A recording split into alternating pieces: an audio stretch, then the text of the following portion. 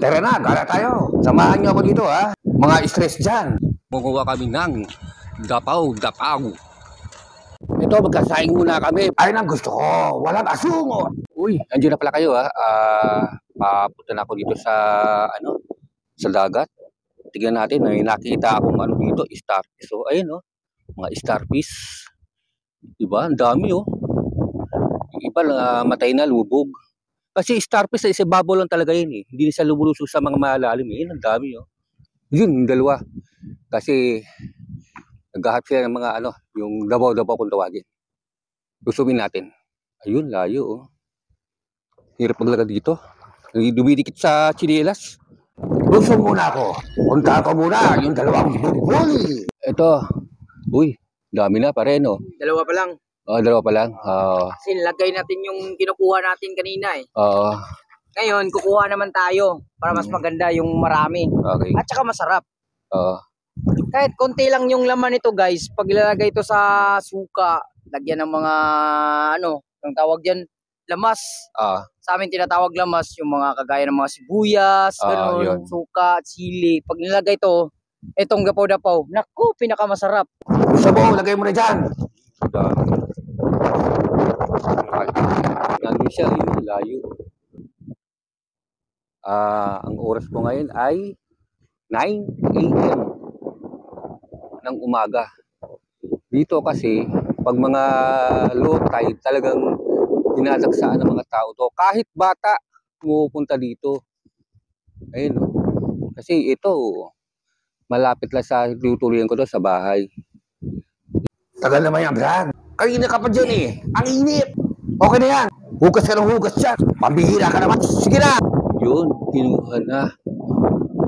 Nagutom ka na yata, pare. Sige, kainin mo na yan. Pare, gusto pa nga nilang kumuha ng ng sako. Sabi ko, wag na. Ang dami naman yan. Ayun, inaapa niya Magaling mang apayin eh. At pare, paano malaman pag wala? Kung wala meron. Kasi yung dalawa, hindi sila masyado maka-istorya ng ng Tagalog. Ito si Boy Africa, magaling to eh. Nakakasabot ng Tagalog to kasi meron kasi iba na hirap sila mag-Tagalog.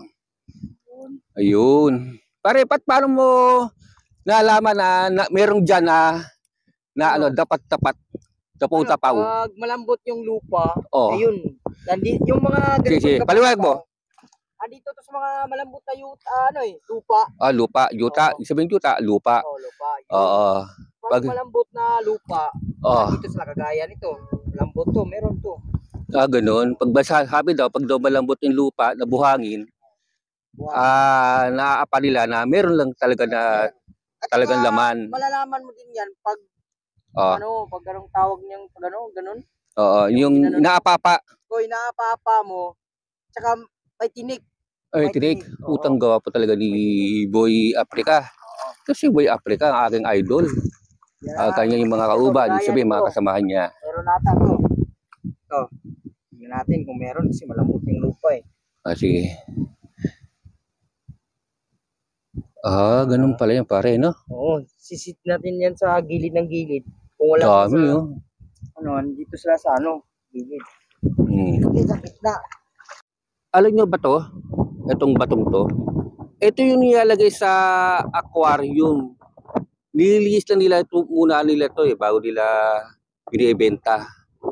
Diba? Ito kung tawagan to ay coral. Coral ba yun? Tama nga yung coral. Ay, kining yung bigay. Yan daw yun. Nilalagay sa mga aquarium, mga display para sa isda. Ayun lang, diba? Kasi puro luwot lang eh. Yung iba dyan talagang pinukuskus, pinabras. Ito, binuwasan nila dahil lilinisin na nila yan. Tingnan natin kung paano nila lilinisin yung loob at bibiakin. Pata pare, isa lang. Pata, isang peraso lang. Ito tinatawag nila ang pata. Pare, hindi ko makita pare. May shadow. Sige, taas ko konti. Yan. Ito yung pata na tinatawag. Hindi patang baboy Pata katawag nila yan. Ayun. Ayun. Kasi isang kasama namin, magkaiba sila ng hinuhuli. Kami, ang hinuhuli namin dito, kinukuha namin yung, ano ka pare? Yung dapaw-dapaw. Dapaw-dapaw. Ano nakakalimut yung dapaw-dapaw na yan, hindi na dapaw-dapaw. Ito yung pata na tinatawag. Yan, isda na maliliit. Parang sandilis, no? Yun, akala mo. Yan, kinakaliskis niya. Oo. Ito. At ito naman, dahil yung bilis na yung dapaw-dapaw, yan yung paraan nila ng paglilinis. Binubuksan nila muna nila lahat. Ayan. Tapos niyan, pagkabukas ng lahat, nilinisan ng tubig yan. Ito mo, ayun. Iuhugasan sa tubig yan. Ng isa-isa yan. Kasi maano yun mabuhagin yung loob. Ang talagang kinukuha lang talaga nila dyan, ay na pare, pakita mo pa pare. Uy, slow. Pare medyo... sige pare. Ala. Ayan, ito yung pinakalaman na kinukuha ng dapaw-dapaw. Para mo, akala mo, kung titignan mo siya, parang itlog ng karpa. Pare, kamaw ka doon sa karpa? Ay, hindi nila alam yung karpa. Ayan, isda yan yung karpa. Para akala mo, di ba, itlog? Pero, pare, yan pa yung unod. Unod na yan, pare. Unod, isabihin, laman na yun. Yan yung pinakalaman ng, ng dapaw-dapaw.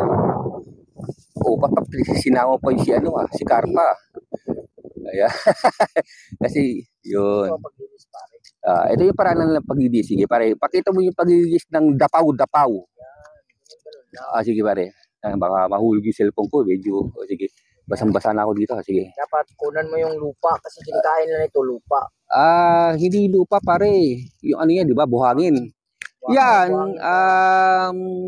Kasi merong buhangin sa loob dyan. Pinapatong buhangin yan. Kasi nakalubog kasi sa buhangin yan, di ba, pare? Ayun. Sige, pare, ipakita mo. Ito yung buhangin nasa gilid. Oo, yung buhangin yung kakainin. Oo, yun. Kukunin natin yan, parang ganito. Sige. Pakita mo, pare. Ano yung ng tubig, ganyan. Yun. Parang liligo lang. Parang kukuha yung mga lupa. Pisik-pisik lang. Para hindi sumama yung buhangin. Matanggal yung pinakaloob. Kasi may pinapasokan ng buhangin. Kasi nga, nakalubog sa ilalim ng bato yan. Tsaka puro buhangin talaga sila. Mamahi talaga sila sa puro buhangin at bato. Yan, ito yung pinakalaman yan. Yan. Parang itlog. Pare, ito yung unod na tinatawag, laman. Laman, ito yung laman. Tapos, ilalagay nila dito. Pagkasama-samahin nila yan. Yun. Ganun pala, no? Mamaya. Sarap nito, pare. Oo. Mamaya, tingnan natin kung paano yung gagawin dyan na parang ano yan, no? Kinilaw. Kinilaw. Yun daw, kinilaw daw ang kapatid ni Swaki. Ba't ano yung swaki? Yung tuyom. Alam mo yung tuyom? Ano yung tuyom? Iba yung tuyom, pero kagaya din ito ng laman niya. Kaso malaki yung niya, laman. Mas malaki daw yung laman ng waki. Masarap yun. At masarap daw yun. Ito daw, ito kasi madaling kunin to eh. Kahit bata, makakakuha ito pare, no? Pagkabisado lahat. Ganun pala yun. Yun. Ito, titipla nila yung yung dapaw-dapaw. Nilagyan nila ng asin at nilagyan nila ng magic sarap. Tapos, ano pa rin yan? Lalagyan ng suka. Ayun, lalagyan ng konting suka. At sili. Wala, nagdagan ng sili pare. Ano pare? At saka sibuyas. Boy Africa. Mukhang napagod si Boy Africa. Napagod ang aking mga kauban ito sa aking mga kasamahan. Yan. Lapat-lapat lang kasi mga bahay namin dyan eh. Yan. Ito mga tropa ko na rin yan. Ayan.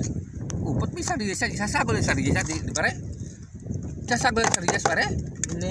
Hindi daw sasama yung sardinas.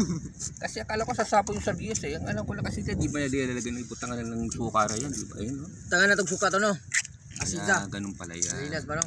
Titipla nila yan. Sibuyas, mga lamas. Sabihin, mga sibuyas. Yan. Hindi doon nilalagyan ng bawang niya. Okay na yun. Basta asin lang daw. Tsaka suka. Tsaka sili. Parang maunti lang yung nagawa niya, no? Maunti lang talaga siya, no?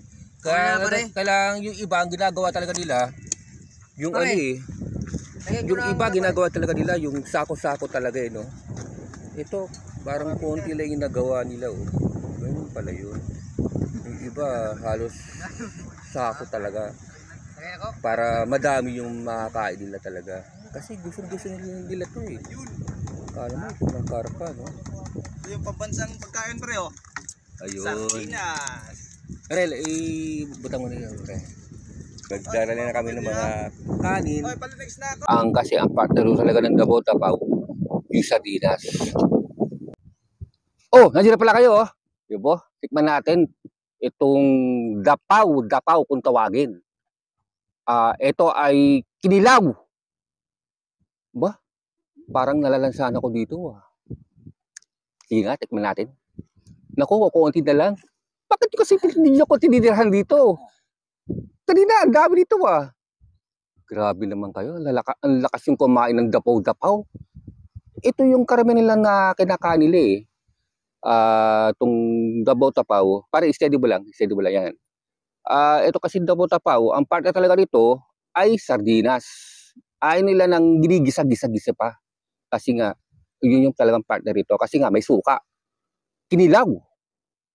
Tingnan natin kung ano lasa. Ito oh, kinamay ko na kasi hindi ako nakapagdala ng kutsara eh. Wala nga ng luwag. Sabihin ng luwag, sandok. Pati kanin, kinamot na nila. Sabihin ng kabot, kinamay. Kaya ito, kakamutin ko na rin. Kakamayin ko na rin. Tingnan natin kung ano lasa ito. Yun. Ito oh. Diba? Parang itlog, no? Batin. Ang sarap. Yeah, pare steady ka lang dyan Hindi ko pa masyadong malasahan eh. Angan, pare! Angan! Hindi pa masyadong mahilig sa angang eh. Pero, sarap pa. Walang lansa. Tignan ko, ito Itong yan. Ang sarap. Ang sarap yung ano eh. Ang daming sibuyas. Para crunchy. Naubos na eh kasi pinag-agawa nila eh. Oh. Sabi ko, tira niyo ako eh. Sabi ko, yun, pinag-agawa dahil mga gutom na. Kasi anong oras pa kami nagpunta dito? Umaga dahil iba may mga lakad. Sabi ko, pupunta ba tayo dito? Hindi. Dapat ka, hindi matutuloy eh. Sabi ko, sige, kayo na bahala. Tutal, Sabado. Akala nila kasi daghan ng mga tao. Pero ibig sabihin marami mga tao dito. Sabi ko wala naman kasi dahil nga Sabado. Tipan ulit natin para 3 beses ko nakakain. Tipan ulit ako kung anong naano ko eh. Parang walang lansa talaga eh. Sarap po. Sarap talaga. Yung itlog kukunin natin pinaka-itlog lang talaga. Ay yung pinaka-unod. Sabihin yung unod, yun yung pinakalaman. Ito oh. Yung unod oh.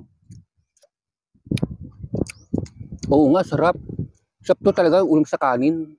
Talagang ano talaga, yung combination talaga sa sardinas. Wala na naubos na yun, no?